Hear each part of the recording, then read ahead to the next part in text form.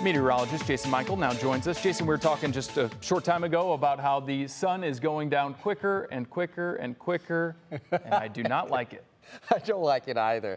We were talking earlier about me driving back from Akron from that event, and the sunset time is now 8:10. I feel like in the next week or so, we're going to be, earlier than 8 p.m. here. But hang on, Northeast Ohio. I promise you, winter is not coming yet, but it is coming in a couple months or so. 79 today recorded at Cleveland Hopkins. Only a couple of degrees or so cooler than the average. This is 81 degrees. We had a little bit of a weak cold front that came through earlier this evening here. As I was heading down to Akron from the station here, I noticed that cloud deck moving in, but there was no drip drops that happened, which was really great. If you saw any drip drops at your house, I'm sure it was less than a couple drops in the bucket. Now, as we move forward here, let me get my clicker going here. Let me run back over and check on it here. This is what we're going to be talking about over the next couple days for Northeast Ohioans, and that is likely going to be setting the stage for a lovely stretch of days for the region. Looking forward here, we're also going to be tracking in a little bit more sunshine because high pressure is in control, not just for here, but across much of the northern plains. Look at this, the Dakotas stretching over to Wisconsin, Iowa, even northern Illinois now dealing with some clearing skies. That is great news for us because we really need to dry out. Can I get an amen on that? Right side of the area of high pressure is going to pull in these north winds, which we have across the area right now. They're pretty much due north, coming in off of the lake right now, so roughly about 5 to 10 miles per hour. Temperatures along the lakeside a little bit cooler, mid to upper 60s over towards Ashtabula at 67 degrees. Also near 70 degrees down south in Dover. That cold front is not really kind of moved through for you as of yet, but you're also going to cool down here. In the CLE, we're at 67 degrees, a lot of cloudy skies out there, but we're going to be kind of clearing things out. North winds at 10 to 15, you saw there on that graphic. This is kind of where we're going to be cruising for the rest of the night. We'll wake up with a little bit of mix of sun and clouds overnight tonight, waking up for you tomorrow morning.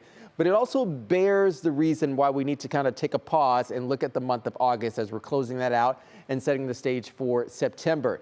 It was an active July, it's been an active August, and you can already see National Weather Service has confirmed tornadoes to date 31. Since the first day of summer, 24.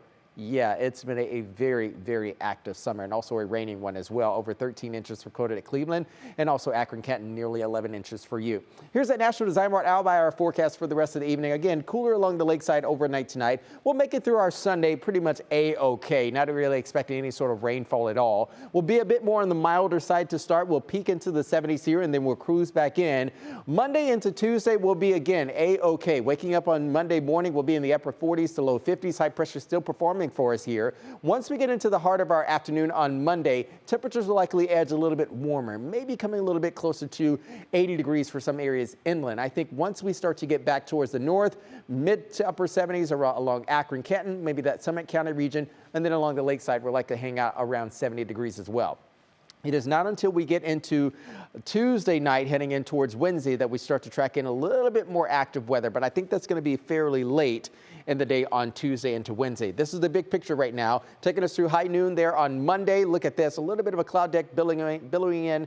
Once we get into the afternoon on Tuesday, there's that complex of storms. I think the heaviest energy is going to stay locked in towards the north and will likely be just on the tail end. That'll arrive roughly around the 11 p.m. broadcast and take us into about midnight. But some cooler weather is going to be coming in behind that as well, and some areas may kind of kiss the 40s once we get into the end of the week. Quickly to the tropics we go. Now, this is Hurricane Franklin. Not a threat to the mainland here, but it is definitely likely to strengthen. We got a lot of warm water in the Atlantic right now, as well as the Caribbean.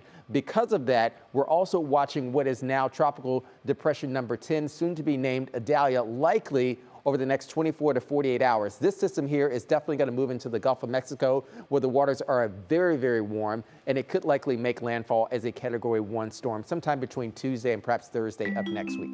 Here's the Your Home Mortgage 10. We have our temperatures climbing to near 80 degrees on Tuesday, perhaps even a late storm possible Tuesday night into Wednesday, and then we climb back out of here. I think we're likely going to have a mainly dry Wednesday, maybe a few light sprinkles here in the early morning hours. But Thursday, Friday, heading in towards Saturday and Sunday, Labor Day weekend, Neil, oh my gosh, you can't believe it. The calendar is just flying on by. Yeah. Doesn't look like an active 10-day. I know the pumpkin spice latte just came out too, and those are temperatures where you could just sit by the fire and make some s'mores and roast those chestnuts. chill out, right?